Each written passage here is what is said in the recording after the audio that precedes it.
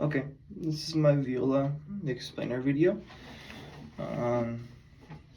Posture for playing the violin or viola.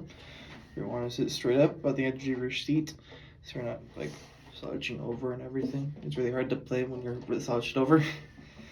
And then for playing position, for the viola itself, we're going to take it, put it so the scroll is up in the air, and then you're going to take the button. You can have your students put their hand on the button and just push it so it's against their neck so you can't see it. And you're just gonna have your students rest their side of their chin on the chin rest here. And that's playing position for the viola. Just pop that up. And your students should be able to get to the point where they're comfortable and able to hold the violin or viola without their hands. And then for your left hand, your left hand's the one that's going to be pushing on the strings. You want to make sure the wrist is not flat like this against it, but pushed away. And then as you're pushing fingers in, you're going to move your elbow out a little bit more to make it easier to put down all your fingers.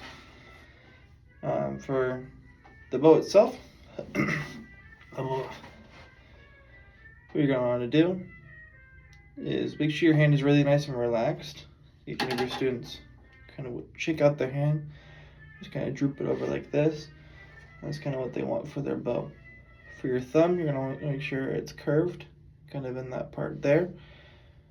You want your fingers straight over the front of the frog.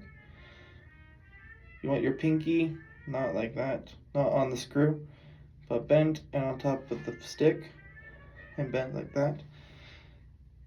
And then their pointer finger kind of right here.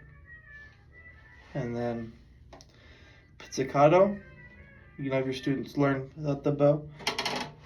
They'll just use their pointer finger, and they want to make sure that they're plucking up here on the fingerboard, not where the bow will be.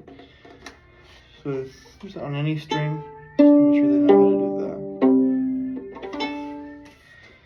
that. And then when students are a little bit more advanced, they'll be able to have the bow in their hand and just pluck with it in their hand when they're going between playing with the bow and pizzicato quickly.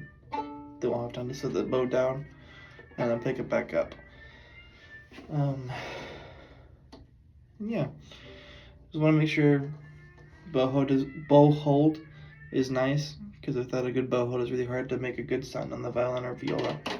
Yeah, that's my explainer video.